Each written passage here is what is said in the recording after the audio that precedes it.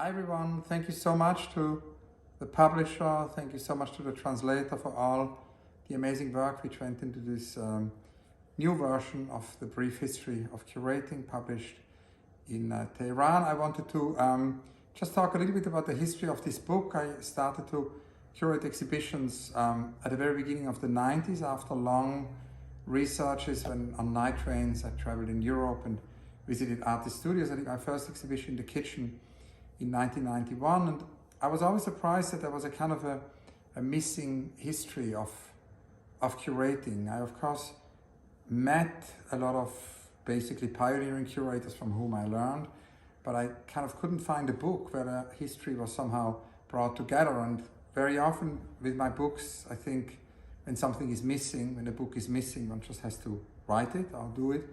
And I started to kind of think that it could be interesting in a way, particularly also because there's such an amnesia in terms of curatorial history, to do a series of conversation. It was more or less the time in the mid-90s when I also met Jack Bankowski, the then editor of Art Forum. I became a contributing editor to the publication Art Forum.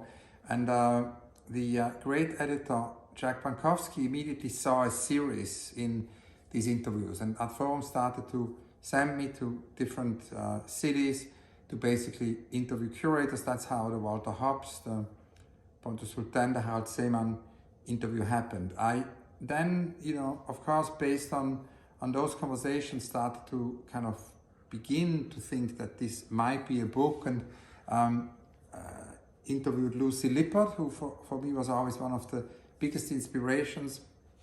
Lucy Lippert's early postcard exhibitions with instructions were a great inspiration for my project Do It, which has happened so far in 169 cities, where we did an exhibition based on instructions and recipes and how-to manuals.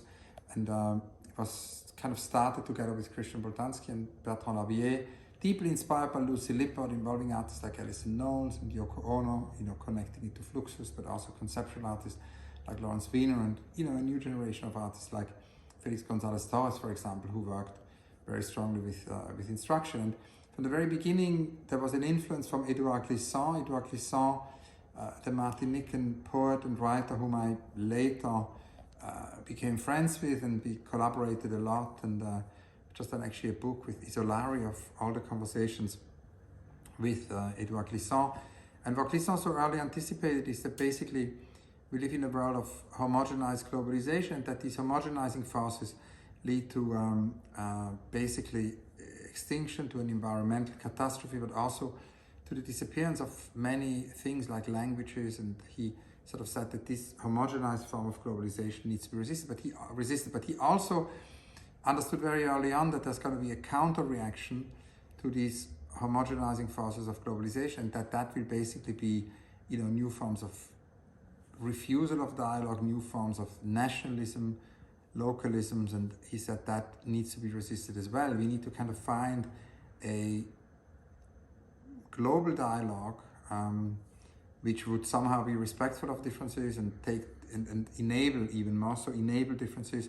And he called that mondialité. And Do It is really an application, we can say, of Glissantian ideas, sort of crossed with Lucy Lippert maybe.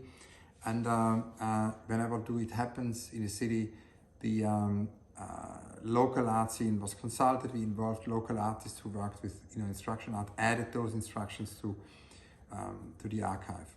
Lucy Lippert also brings us, of course, to Sersiglaub. And in the Sersiglaub conversation circles a lot around the kind of an expanded notion of exhibition, where also publications can be exhibitions, and many other things. So basically, I hope that the book is a toolbox.